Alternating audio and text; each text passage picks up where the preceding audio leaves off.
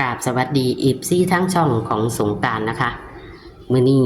จะมีแนวทางของเลขเพื่อนไหมาของเซียนไส้ว่านเอามาฝากค่ะพี่น้อง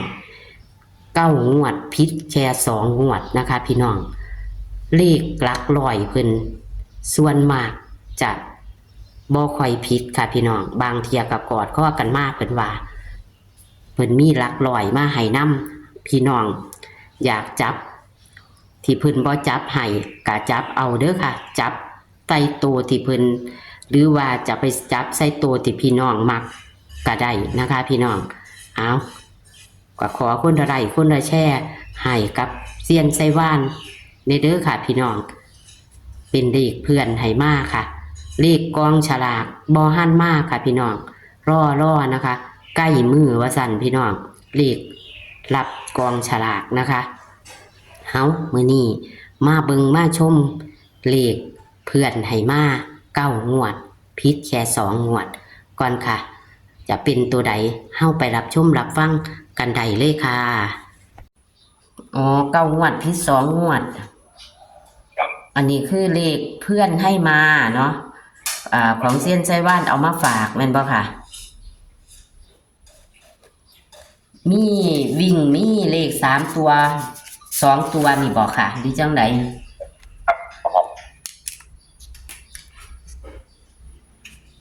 ให้9 งวดพิษ2 งวดแม่นบ่ค่ะแม่นค่ะขอให้มาหาเฮา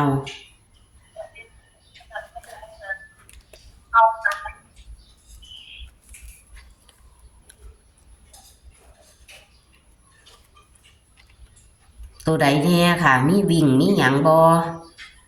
ตอนแล้วไหวก็แม่แล้วไหวก็เท่าไหร่ให้ไม่เลยนะเข้า62นักร้อยโอ้หลักร้อยเข้า62หลักร้อย9 6 2ค่ะมีจับคู่บ่ค่ะนี่ยา3หมุนล่างยา3อยู่หมุนล่างค่ะ3ค่ะมี3 คู่หลักร้อยนี่ละว่าที่อันที่ว่าอันว่าให้ข่อยลงนั่นแม่นบ่ครับบางทีไม่มันมาแล้วไหวจะนึงอันที่กัน2ตัวมันจะนึงนี่บางทีมันไหวมันจะนึงบางทีมันล่างจะนึงทีนี้บางทีมันออกกันที่เม็ดที่บางทีออกน้ำกันมันก็สิบ่ออกน้ำกันสติ96สติที่นี่มันนี่เนาะ9662ไปจังซั่นสตินี่ไม่ได้เขาแอดตักตัวไปมาแล้วว่าอัน62ไปมาแล้วเดี๋ยวบอกกันดอกตักบอกกันของคุณดีเอาจับคู่ให้นำแน่66 22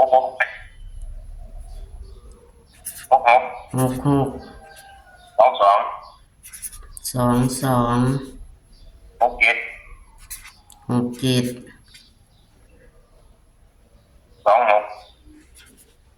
26แต่ผมมักนี่ตักตัวมัก267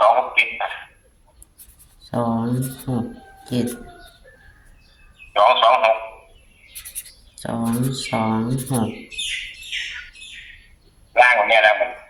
ค่ะล่างนี่เอา54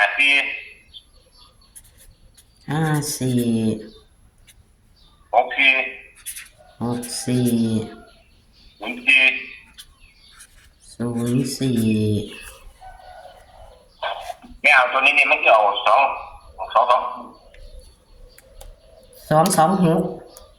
เนี่ยหางเดียวแขนนี่ล่าง04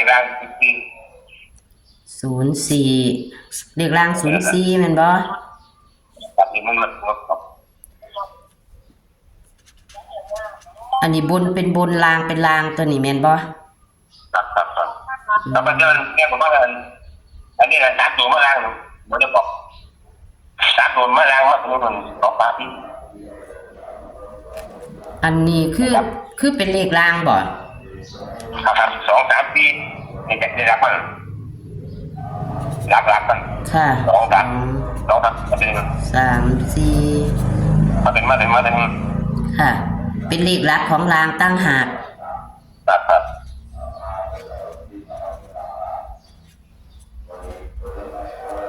2 3 4มาเป็น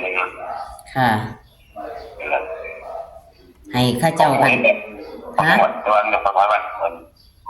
นี่ว่ามันมา3มา4มันนี่มันที่มาผม4มาผม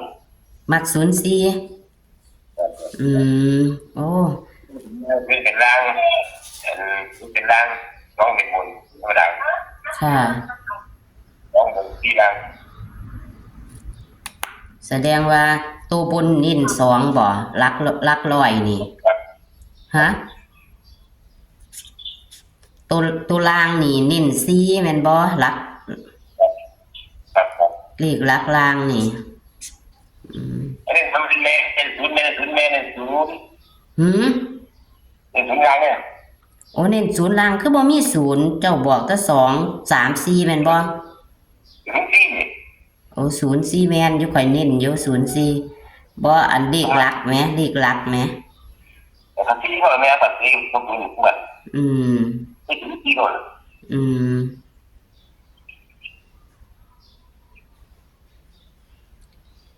เลขบนนี่2ตัวนี่เน้น26แม่นบ่ค่ะ ครับ เน้นหางเดียวย่างละหางเนาะค่ะ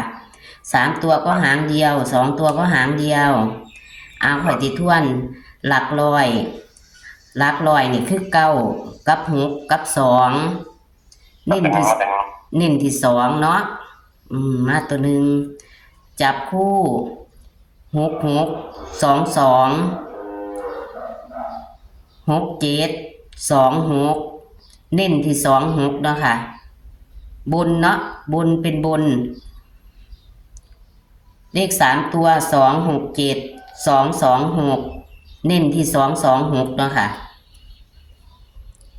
ล่างก็คือ54 64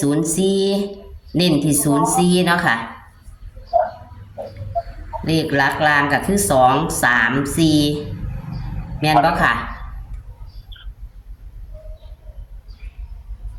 ฮัลโหล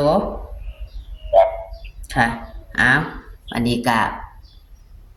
ขอบคุณเซียนค่ะ ที่ให้แนวทางนะคะ ค่ะขอบคุณค่ะ สวัสดีค่ะ ค่ะมื้อนี้เซียนไซว่านเพิ่นก็มีเลขเพื่อนให้มาเอามาฝากอีกค่ะพี่น้อง อันนี้หลักร้อยเลขหลักร้อยก็มีมาให้พร้อมนะคะพี่น้องเลขหลักร้อยก็มีมาให้พร้อมแล้วก็ลางมีเลขหลักมาให้พร้อมอีกคือกันค่ะพี่น้องเพื่อนให้มา9 งวดผิด2แค่2 งวดค่ะพี่น้องเพิ่นเลยเอามาฝากนะคะเซียนไต้หวันมีตัวเด็ดตัวดังมาฝากคือกันกับเลขกองฉลาก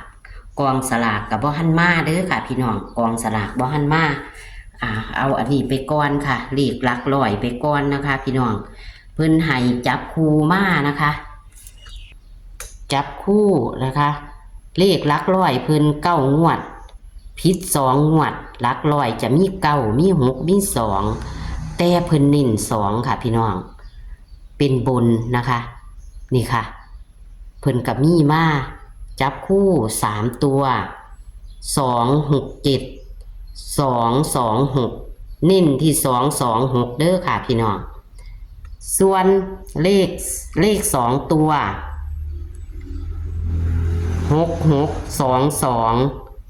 6726เน้นก็คือ26เด้อพี่น้องนี่คือบนค่ะบนเป็นบนค่ะพี่น้องส่วนลางนะคะลางเลขหลักเพิ่นก็มี2กับ3กับ4นะคะพี่น้องลาง ลางเป็นลางเด้อค่ะแต่เพิ่นเน้นที่สี่เพิ่นเน้นที่สี่แล้วกับเน้นศูนย์สี่ให้หาสี่หกสี่ศูนย์สี่นะคะเน้นที่ศูนย์สี่เด้อค่ะนี่ค่ะล่างเป็นล่างบนเป็นบน1 กรกฎาคม69นี่ค่ะเพื่อนของเพื่อนไหมานะคะพี่น้องลองเบิ่งนะคะมาทางเฮาจะเป็นจังใดนะคะขอให้เข้าอีกนะคะนี่เพื่อนให้มาเซียนไส้ว่านเอามาฝากค่ะโชคมันค่ะพี่น้องโชคมันกับเซียนไส้ว่านงวดประจำวันที่1 กรกฎาคม69นะคะอันนี้เพิ่นก็ว่าคักคือกัน9 งวดพิษแค่2 งวดงวดนี้อาจจะเป็นงวดที่10นะคะโชคมันค่ะสวัสดีค่ะ